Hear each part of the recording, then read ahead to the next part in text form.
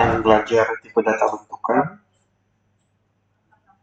di mata kuliah algoritma dan pemrograman dengan kode mata kuliah OWQ51 CIIN4. Pada kesempatan ini kita akan mendiskusikan terkait dengan abstract data type, yaitu tipe data bentukan atau disebut dengan abstract data type. Yang dimaksud dengan tipe data bentukan merupakan sekumpulan elemen atau data baik berupa variabel maupun pointer yang tipe datanya bisa berbeda. Kebalikan dari array. Jika array kemarin tipe datanya sama, kumpulan dari beberapa elemen atau data yang memiliki tipe data yang sama disebut dengan array. Tapi dalam tipe data bentukan, ya abstract data type ini memiliki tipe data yang berbeda-beda. Contohnya, misalkan kita akan mendeklarasikan sebuah data mahasiswa dengan data berupa nama, NPM, jurusan fakultas, dan IPK. Tentunya nama dan NPM ini berbeda. Mungkin bisa sama, NPM dan nama memiliki tipe data yang sama.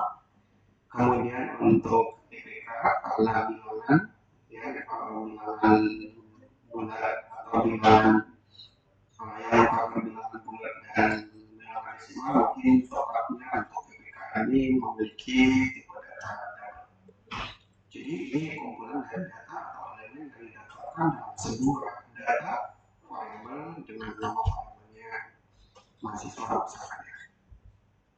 Nah, deklarasinya pertama kita akan berikan perintah struktur atau struct, kemudian diawali kurung awal buka dan diakhiri dengan kurung awal tutup. Penerapannya yaitu pertama kita deklarasikan tipe datanya. Misalkan tipe datanya tadi kalau untuk nama mungkin yang tepat untuk nama tipe datanya string atau varchar. Kemudian nama variabelnya disebutkan. Kalau nama mungkin nama variabelnya nama atau pointer untuk mendeklarasikan dari tipe data yang kita sebutkan pada struktur atau structure. Kemudian data berikutnya kalau mahasiswa nama NPM tipe datanya ya mungkin yang lebih tepatnya varchar ya, atau tipe data NPM yang lebih tepatnya apa untuk NPM? Lupa.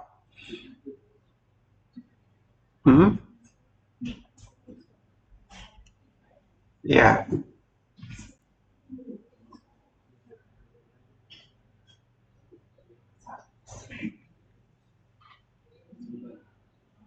Coba dicek sekarang, bisa nggak?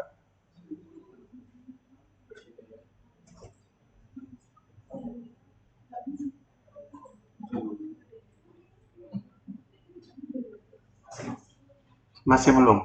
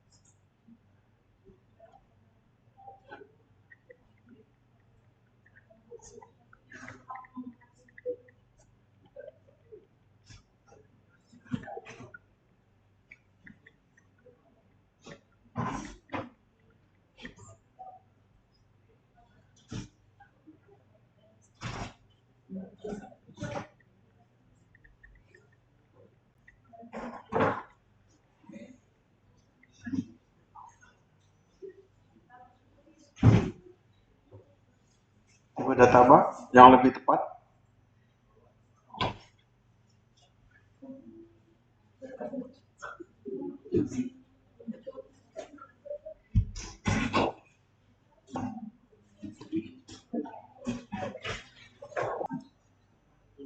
Ya, tipe data yang tepat untuk NPM merupakan varchar. Selanjutnya, tipe data berikutnya dari data mahasiswa, selain nama NPM, mungkin program studi, ya program studi, alamat dan seterusnya. Kemudian nama struktur dari deklarasi untuk data mahasiswa. Contoh di sini kita berikan NPM-nya 10. Nah, seharusnya di sini char diganti varchar ya, karena kalau char NPM-nya hanya menyimpan satu karakter saja. Jadi struktur nama itu pakai string, karena kita sudah pernah coba untuk char itu dia hanya menyimpan satu karakter, tapi kalau kita berikan kuota batasan karakternya, misalkan char nama 25, berarti nama itu hanya bisa menyimpan karakter sebanyak 25. Ini boleh. Ya, tapi kalau kita nggak berikan kuota keanggotaan yang disimpan dalam nama dengan tipe char, maka dia hanya menyimpan satu karakter saja. Kemudian char NPM 10, walaupun sebenarnya 10 itu dianggapnya sebagai karakter, tapi yang lebih tepatnya untuk data NPM itu varchar, nanti diubah char itu menjadi varchar, NPM-nya misalkan 10. Kalau dia lewat dari 10, keanggotaan elemen atau keanggotaan dari NPM itu, maka sisanya tidak akan tersimpan di dalam variabel NPM. Kemudian program studi atau jurusan ini 25. Kalau tadi informatika jumlahnya berapa? Berapa huruf? Berapa karakter? Tadi informatika berapa? Fakultas juga sama, keanggotaan fakultas Ilkom dan Sains. Fakultas Ilkom dan Sains itu berapa karakter? Sudah dihitung informatika sama Ilkom dan Sains berapa karakter?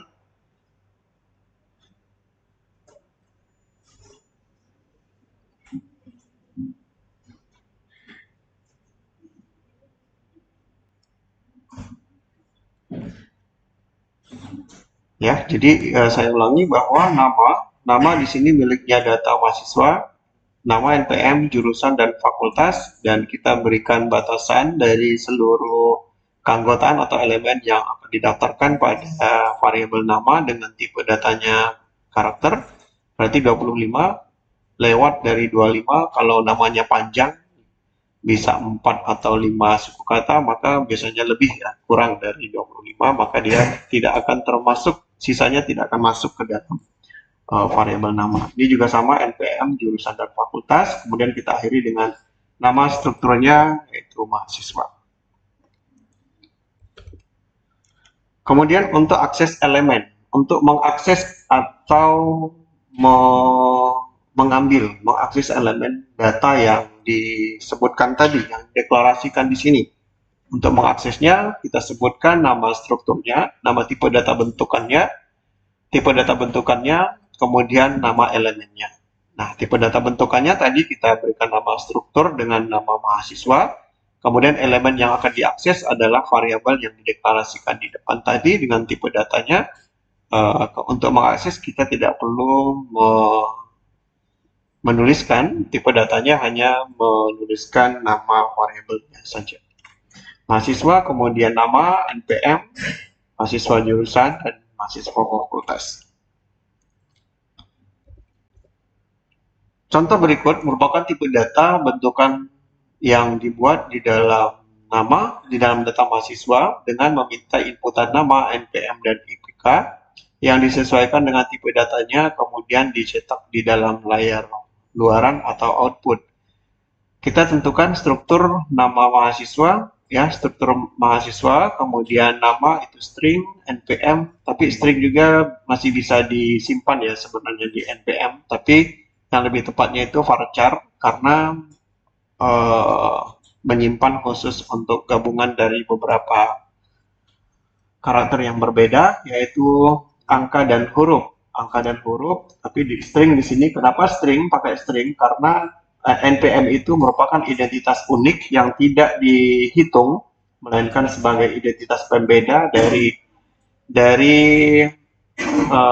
mahasiswa yang lainnya. Kemudian EPK bisa pakai floating point atau bilangan berkoma masih bisa disimpan di dalam float, kemudian integer main sebuah fungsi utama yang akan membentuk tipe data bentukan ya mahasiswa data variabel bertipe mahasiswa tadi mahasiswanya merupakan struktur, berarti struktur itu diambil dari tipe baris kelima yang ini. Kemudian kita sebutkan strukturnya apa saja. Kemudian di sini inputkan data berupa masukkan nama. Kemudian get line ini untuk input nama supaya bisa menyimpan inputan tadi ya, menyimpan atau mengambil berupa data, nama dan perintah in. Kemudian outnya, luarannya adalah ambil data dari nama mahasiswa. Kemudian di sini keluarannya data NPM, IPK, dan output berupa data yang diambil, yang dideklarasikan di mahasiswa data di baris 12 ini akan diakses dengan data struktur atau tipe data bentukan, yaitu data titik nama, data titik NPM, data titik IPK, karena di sini ada 3 variabel utama untuk mengakses tipe data bentukan, dan diakhiri dengan endline atau barisnya diakhiri dengan baris perintah bahwa perintah ini sudah selesai. Maka endline kemudian return 0 bahwa untuk fungsi untuk program utamanya diakhiri dengan return 0 dan diakhiri dengan kurung kurang tutup. Luarannya seperti berikut.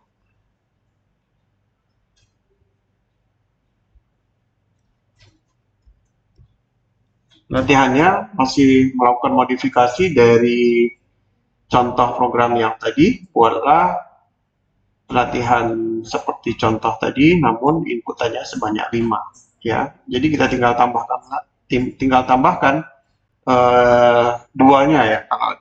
Kalau ini 3, berarti inputannya mungkin bisa ditambahkan 5, ditambahkan. Kalau ini 1, berarti inputannya 5. Berarti nama ini ditambahkan nama kedua, NPM kedua, IPK kedua, sampai banyaknya 5 inputan dan 5 keluaran. Untuk mudah, supaya memudahkan bisa memanfaatkan larik atau array. Ya, dengan tipe yang sama, tipe data yang sama bisa menggunakan array atau larik. Oke, itu saja untuk penjelasan hari ini. Mungkin untuk lebih mudah memahami, kita akan praktek. Coba praktek.